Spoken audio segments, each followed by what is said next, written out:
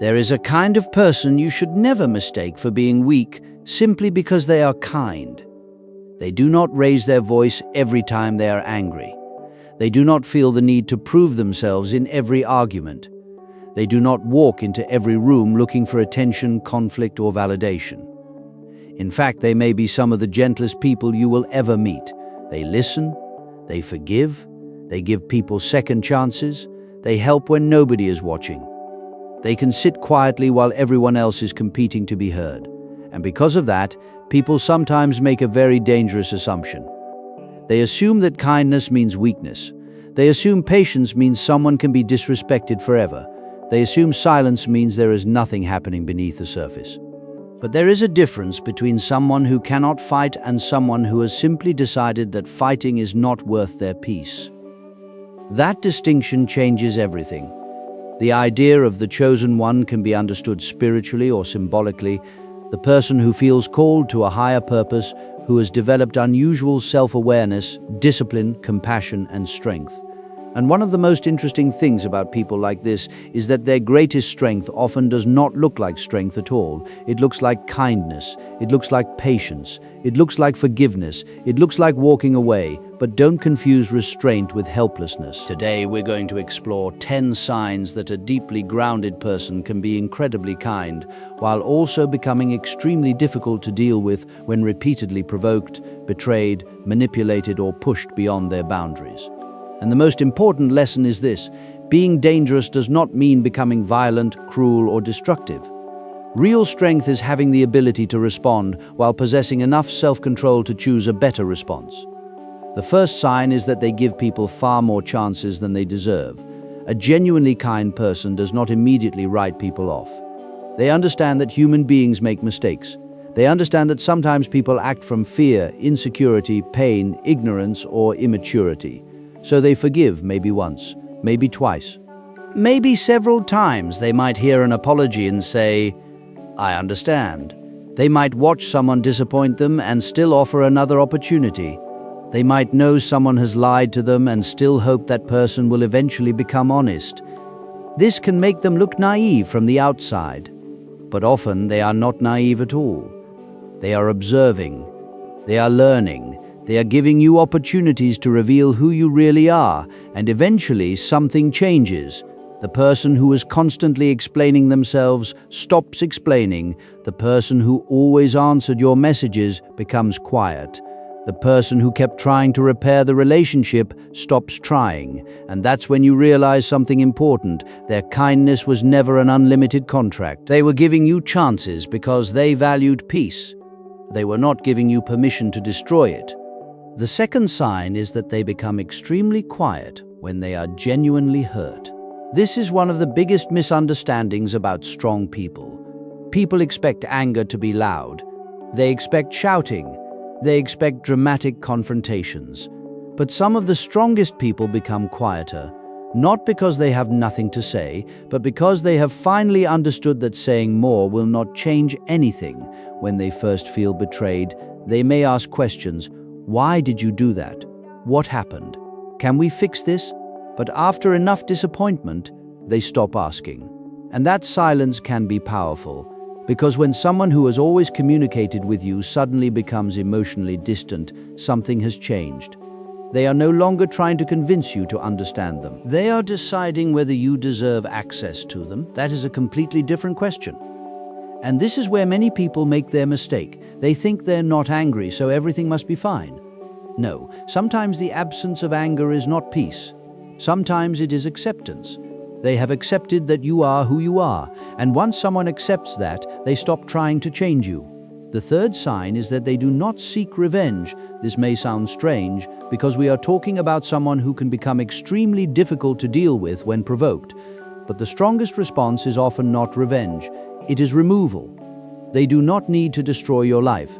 They do not need to expose every secret. They do not need to embarrass you publicly. They simply remove themselves from the situation. And suddenly, you no longer have access to their time, their energy, their attention, their trust, their emotional support, their presence. That can be more powerful than revenge because revenge keeps you emotionally connected to the person who hurt you. Walking away breaks the connection. A mature person eventually realizes that the greatest punishment for disrespect is not destruction. It is losing access to someone who genuinely cared. And that is why you should never underestimate someone who has mastered detachment. They can love you deeply and still walk away from you. They can forgive you and still never trust you again. They can wish you well and still close the door permanently. That is not hatred, that is self-respect. The fourth sign is that they notice everything but react to very little. These people can be incredibly observant. They notice changes in tone. They notice inconsistencies. They notice when someone's words do not match their actions. They notice when someone suddenly treats them differently after gaining something from them. They notice manipulation. They notice disrespect disguised as humor. They notice jealousy disguised as concern. They notice fake friendship, but they don't always react immediately. Why? Because they understand something most people learn only after years of experience. If you react to everything you notice, other people can control you. Someone insults you, you react. Someone provokes you, you react. Someone tries to make you jealous, you react. Someone spreads a rumor, you react. Eventually, your emotions become a remote control in somebody else's hands. A disciplined person refuses to live that way. They observe, they process, they decide, and when they finally respond, it is usually because they have already thought through the consequences. That is what makes controlled people difficult to manipulate. You cannot easily control someone who does not react on command. The fifth sign is that their boundaries become extremely firm once trust is broken. Kind people often have soft hearts, but soft hearts can still have strong boundaries. There is a difference between forgiveness and access.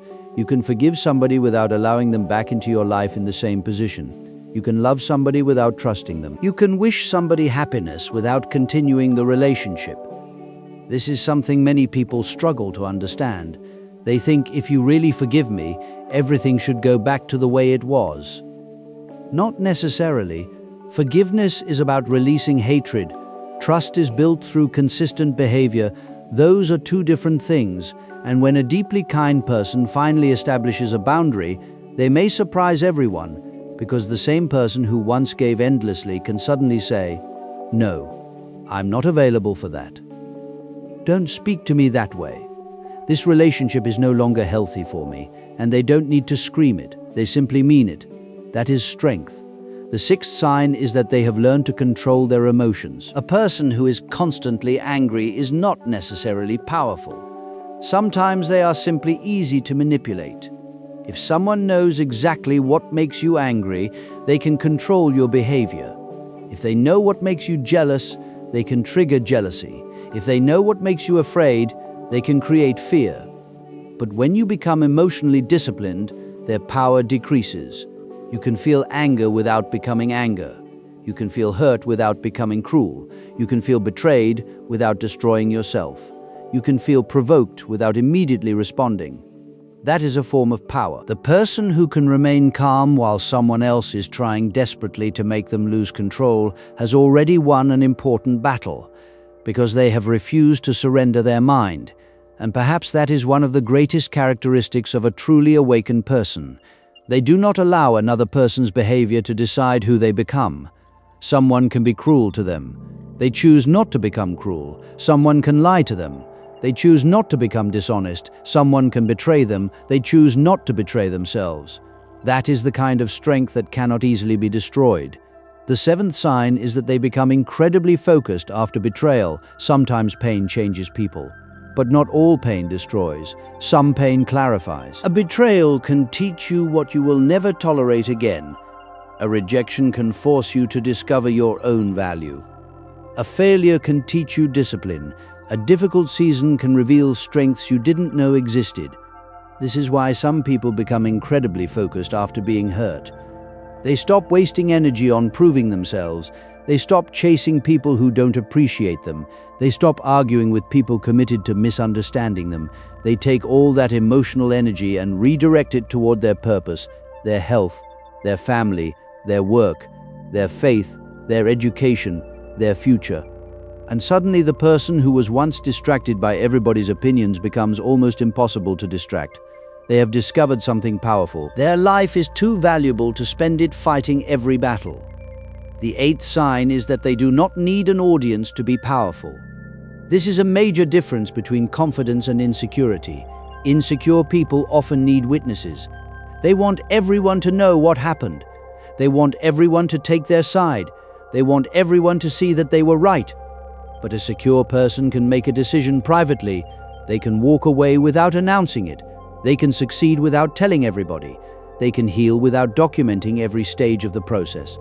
They can rebuild quietly, and sometimes that quiet transformation is the most powerful one. You may not even realize how much they have changed until you meet them again months later. They are calmer, more disciplined, more selective, more focused, less desperate for approval, and suddenly the things that used to provoke them no longer matter. That is growth. The ninth sign is that their kindness is intentional, not weakness. This may be the most important point of all. A truly kind person is not kind because they are incapable of being harsh. They are kind because they understand the consequences of being harsh. They know they could hurt people with their words, so they choose their words carefully.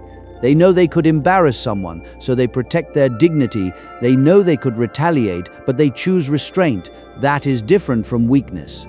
Imagine a person who has the ability to fight, but chooses peace. That is strength. Imagine someone who can expose you, but chooses privacy. That is strength. Imagine someone who could insult you, but chooses silence. That is strength. Kindness becomes much more meaningful when it comes from someone who has the capacity to do otherwise.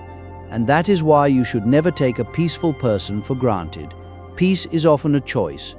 The final sign is that when they finally leave, they rarely come back the same way. This is where people often realize too late what they lost. A kind person can tolerate a lot. They can forgive. They can understand. They can compromise. They can support you through difficult seasons, but every person has a limit. And when that limit is repeatedly crossed, something inside them changes.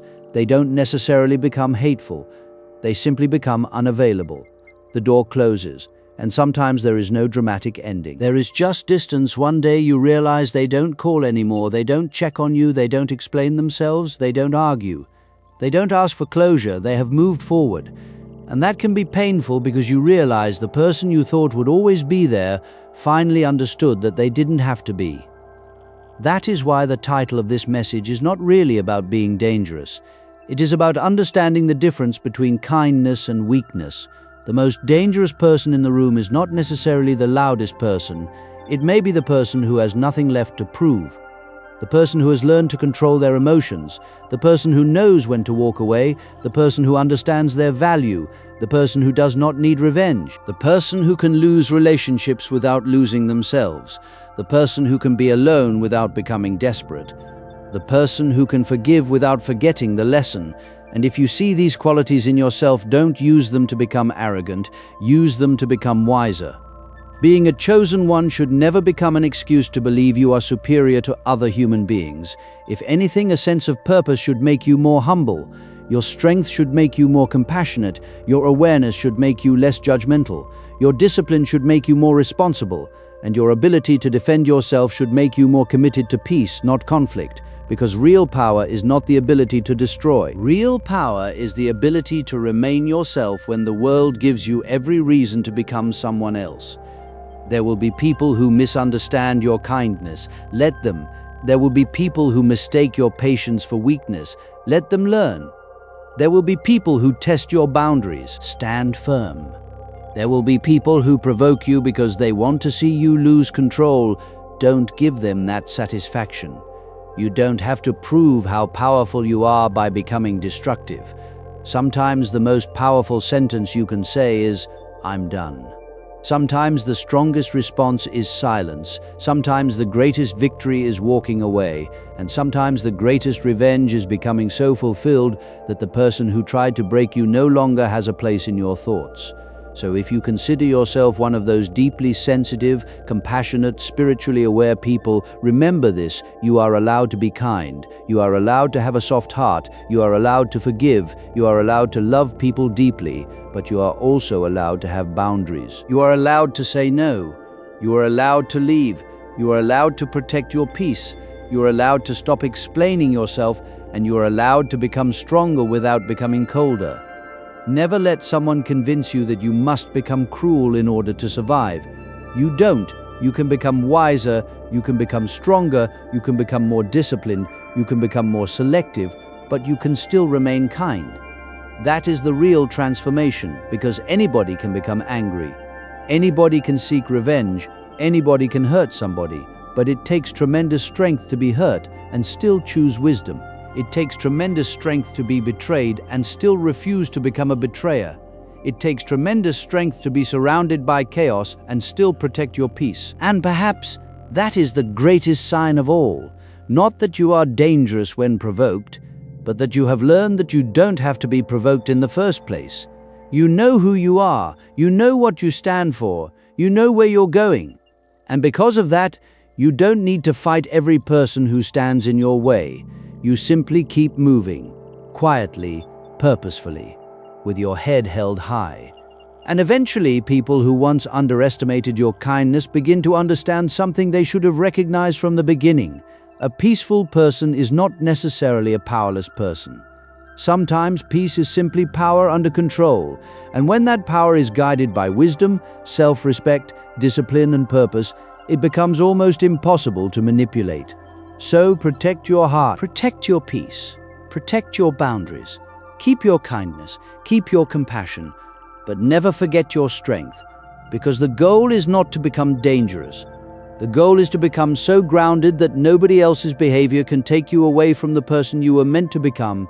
And when you reach that place, you don't need to threaten anyone, you don't need revenge, you don't need to prove anything. Your peace speaks for you, your boundaries speak for you, your character speaks for you, and your life becomes the evidence. That is real strength, that is real self-mastery, and that is what it means to be powerful without becoming destructive.